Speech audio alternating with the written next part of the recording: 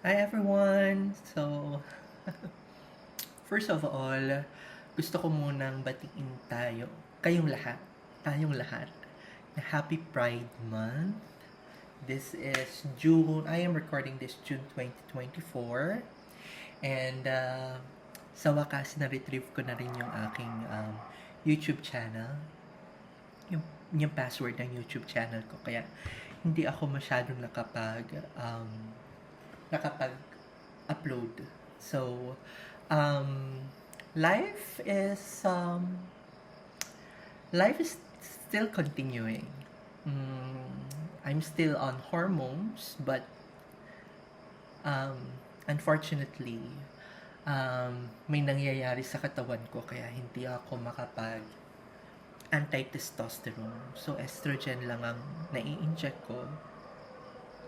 Kasi yung anti-testosterone, yung Androcur, bigla na lang nagkaroon ng side effect. Siguro sa long term ko na ng paggamit ng Androcur, nagkaroon ako ng purpura. Search nyo kung ano yon yung purpura.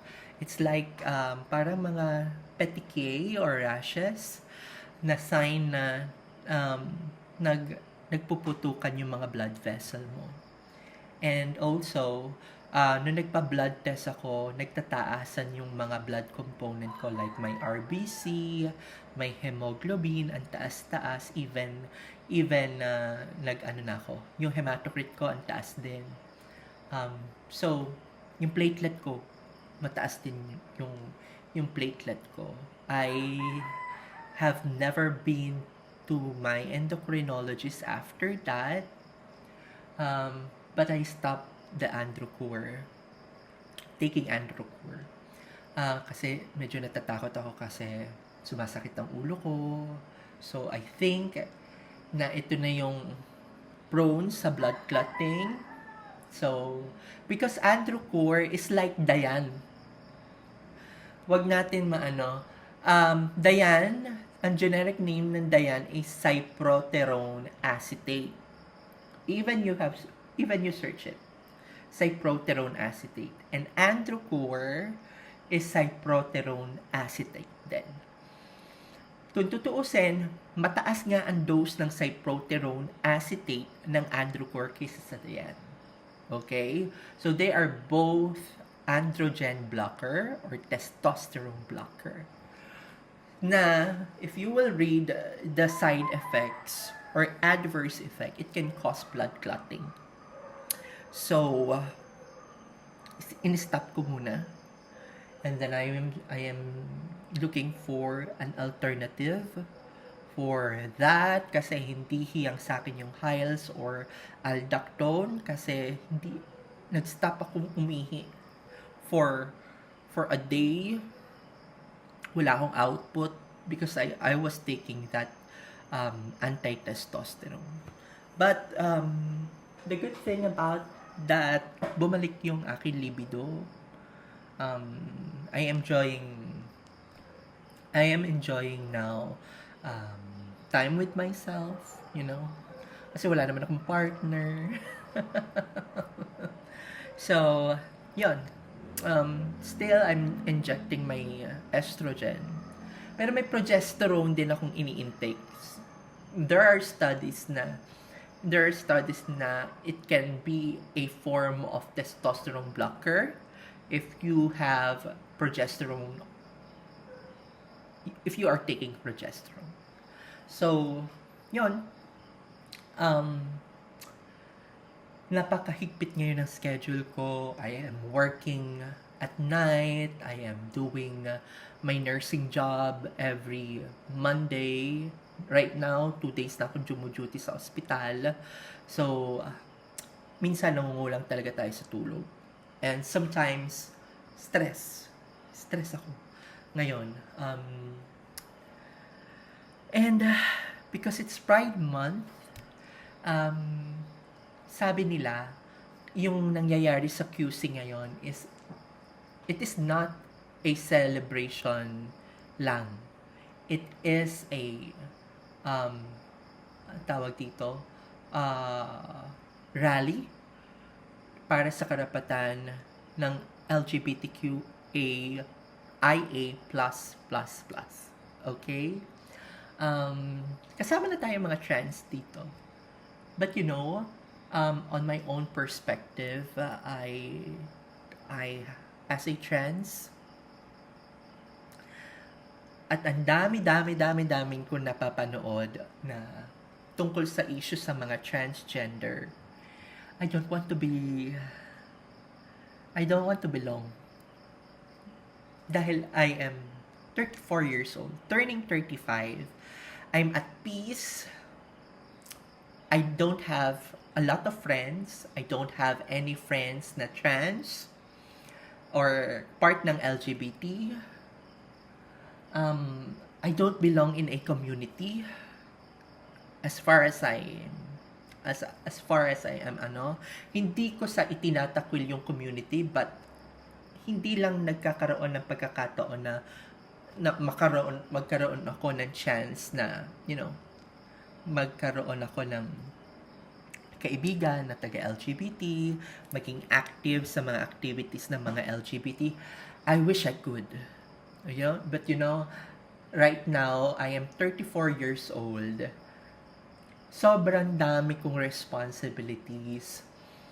Sobrang dami kong iniisip. I am very busy at work.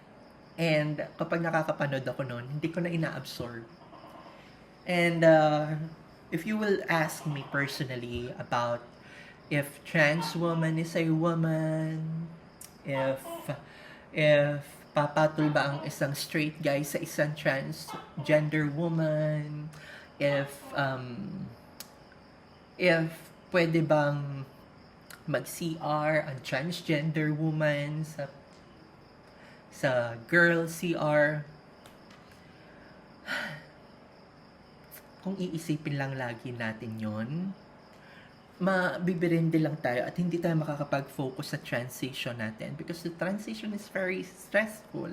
Kung masyado tayo hindi ko sinasabing hindi natin ipaglaban ang mga karapatan natin, but come to think of it, peace is very important also. And for me, hindi ko alam sa iba, being a trans or transitioning is a personal choice. Okay? It's a personal choice. It's a personal decision. It is a soul decision. Walang nagsabi sa akin na mag-transition. Walang nag-influensya sa akin para mag-transition. Walang nag-encourage sa akin para mag-transition. Walang pumigil sa akin para mag-transition. It is a soul decision coming from me. Meaning to say, being a transgender, decision ko yun. And right now, hindi ko lang alam, iba't iba tayo ng walks of life. Iba-iba talaga tayo. We have individuality. I respect kung may mga pinaglalaban yung iba. I respect if kailangan nating labanan yung mga it's their choice, but my choice is to keep quiet, just focus on myself, because it is my decision. I am not offended kapag napapagtampulan ako ng tukso. I am not offended kapag minsan nababastos ako. I am not offended if nami-misgender ako. Dati na-offend ako. But, sa age kong ito, and sa situation ng buhay kong ito, I always think that the offense is there. Okay?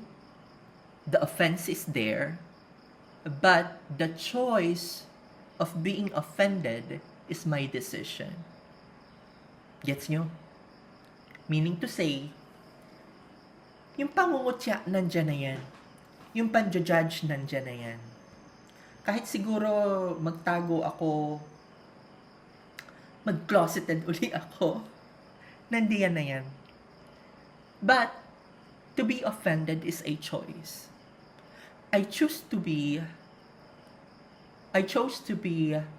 calm. I chose to be with myself. I chose to maintain my zen and not to entertain those eyes, those mouth that don't understand my journey. If you're really focused, sabi nga nila, if you're really focused on your transition journey, hindi ka na makikinig sa iba. Guys ha, girls, guys, for trans men and trans women, specifically sa inyo ha, kasi pansin ko talagang mainit yung issue ng mga trans women. Kasi even yung gays, bisexual, hindi nila tayo naiintindihan. Don't push them. Don't educate them para maintindihan nila tayo. Para tayong, to ay para sa akin lang ha. I don't want anyone to be offended. But, para sa akin, ang journey ko as a transgender, para meron akong basong punong-puno. Okay? And I have that goal in my transition to hone, to develop myself as feminine as I can. I don't want to coin the term woman. Kasi kapag nako-coin ko yung term na woman, ang dami nagkakagulo na ang lahat. I want to be feminine. I want to embrace my femininity. And I don't want to be a woman. Okay? I am trans. I'm not a woman. Mabalik ako dun sa journey. Ako, pinili ko ang journey ito. Nung una-una, hindi ako aware na parang stiff ang magiging journey. But it's like that I am holding a full glass of water. And I am walking through a journey. If I will entertain my left, my right, i-entertain ko sa lahat ng senses ko, yung pangbabash, yung pangmamaliit, yung mga backhanded compliments. If I will overthink those things, ang goal ko mawawala. If I am focused on my growth and development, I will just focus on my journey and not to entertain this. You know, kailangan puno pa rin tayo. Hindi yung na-achieve na natin yung femininity pero sobrang butas-butas na tayo dahil ang dami nating nawalang kaibigan. Ang dami nating nawalang kamag-anak. Ang dami nating nakagalit. Ang dami nating laban na sinuong, naubos yung enerhiya natin dahil lamang sa pinaglalaban natin. Hindi ko sinabi na wag nating ipagtanggol ang ating sarili if those people are intent na i-offend tayo. Okay? But if you are focused on your journey, transgender woman, let's focus on our journey. Hold the full glass of water. Spare your energy. Kasi, alam mo kung bakit? Kapag na-stress ka, maaapektuhan yung hormones mo. Maaapektuhan kung yung health mo. I have a lot of baggage. Hindi lang ako transgender, anak din ako, may individuality din ako, kapatid ako, trabahador ako, I have dreams, I have goals, I have problems, just like you. If I will just waste the energy for those people na hindi nakakaintindi, or meron silang sariling pagkakaintindi kung sino tayo, I rather stay away from them and neglect all those people. Let's just focus on our journey. This Pride Month, let's have pride. Hindi porket pride is kailangan loud. Okay? Dahil kilala tayo. Pagiging loud, pagiging, pero let's try to take our individualism. Minsan, hindi kailangan nang i-explain. Minsan, hindi natin kailangan magsalita. Let's just continue. What if binastos ka na dun sa CR? What if pinaalis ka sa CR? Umalis ka. Because totoo naman, wala pang batas tayo na panghahawakan na pwede tayong mag-CR sa babae. Kung gusto nila mag-CR, kung gusto nila mag-CR ako sa lalaki, basta I am assuring my safety and hindi magkakagulo yung papasukan ko na hindi pa naman nangyayari. That's why I am very thankful sa lahat ng mga babae na nakakasalamuha ko. Because most of them are allies. Okay? Most of them are allies. Huwag tayo masyadong konting tapik, konting mag-react agad. Okay? Let's have an allowance. Lahat tayong tao, whether you're straight or kung ano ka man sa spectrum, as a human, we need to have an allowance. Okay? An allowance of respect, an allowance of benefit of a doubt, an allowance of understanding. Kung hindi na talaga kaya, dun ka. Pero, dapat na-consume mo muna lahat ng allowance mo yun. Huwag basta-basta magbitiw ng salita. Huwag basta-basta i-push yung ibang tao na intindihin tayo. Because it's your choice. It's our choice. It is an individual choice. The law has not mandated for us to transition. Our parents have not mandated us to transition. It is our choice.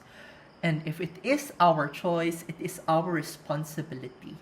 And part of that responsibility is to control our reaction on those offense that is constant here. Constant yan. Nasa Pilipinas tayo. The truth is, we have no right na nakasaad sa law. As an LGBT but as a human, we have a right. Sana naiintindihan niyo ako at hindi ko kayo na-offend. But the truth is, wala pa naman talagang batas. Bill pa lang. Kung may batas, doon natin. And para mas concerned ako sa mga kabataan, sa mga kising edad ko na late na nag-transition, na dumadami yung mga nagkakaroon ng sakit, na kidney failure, na liver cirrhosis, because of taking hormones. I think that kung gusto nyo talaga ng tahimik, at mas magandang kabuluhan ng pinaglalaban nyo, sana mag-focus muna tayo sa health natin. Kasi ang dami-dami nagkakasakit sa bato, ang dami-dami nagkakasakit sa liver, ang dami-dami na stroke, kasi hindi regulated ang healthcare system para sa ating mga transgender. Maraming napapahamak sa pag-inom, pagtuturok ng gamot or hormones na sila lang ang pumili para sa kanila. Even they don't have any medical background. And even I am, as a nurse, I have a medical background, but still, dahil wala akong access, dahil napaka-limited lang ng access natin sa healthcare and transgender healthcare, I have been refused by 2 endocrinologists dahil hindi focus sa kanila yung transitioning for transgender or hormonal replacement therapy. Mas magfo-focus ako doon. Kasi it will be a big problem in our community if our health is jeopardized just because you are taking hormones or medications that can jeopardize your health.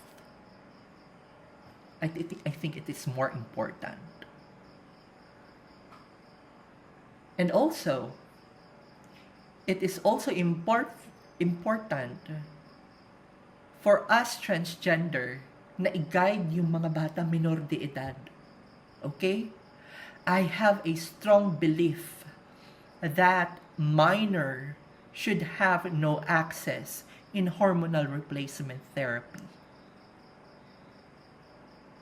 15 years old, 14 years old, wala pa sila sa edad, they are still confused, wala pa sila doon sa Erik Erikson psychosocial theory na role identity, hindi pa nila nalalaman yun. Hindi pa nila na-figure out yun.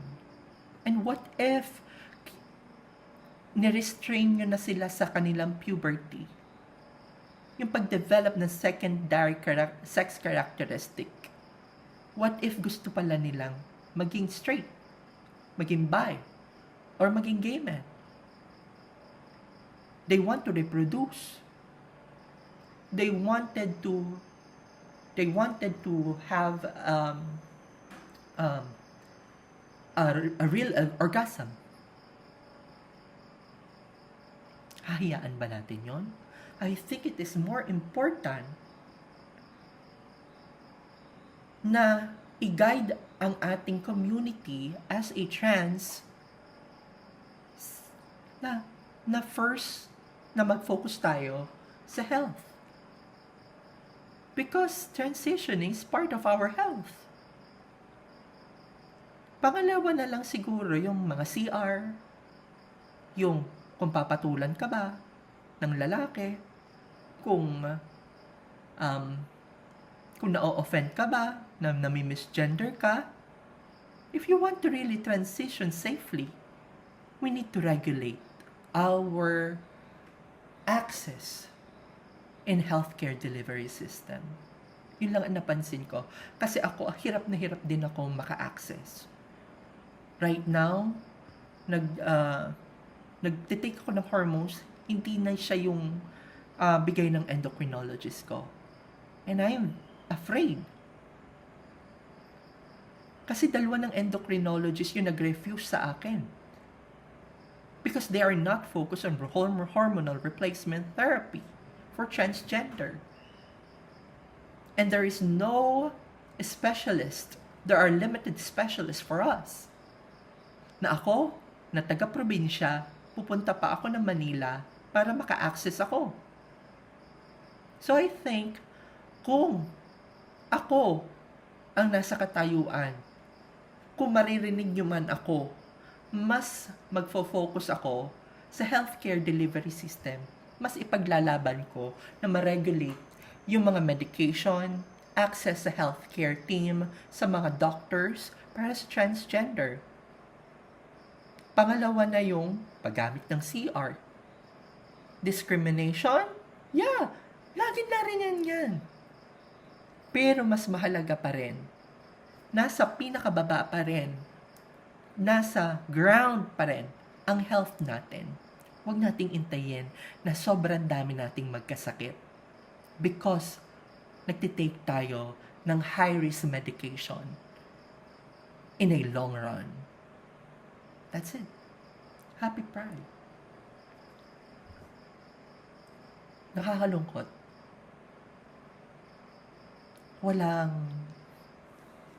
Nakakalungkot kasi walang nakakapansin na iyon ang pinaka-deprive natin.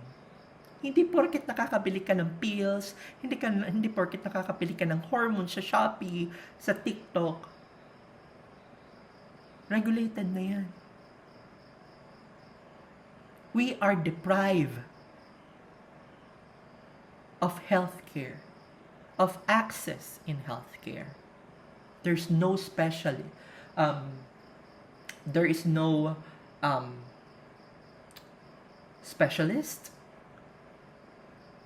na widely spread available para sa atin. And I think that matter should be focused. Again, happy Pride. Goodbye.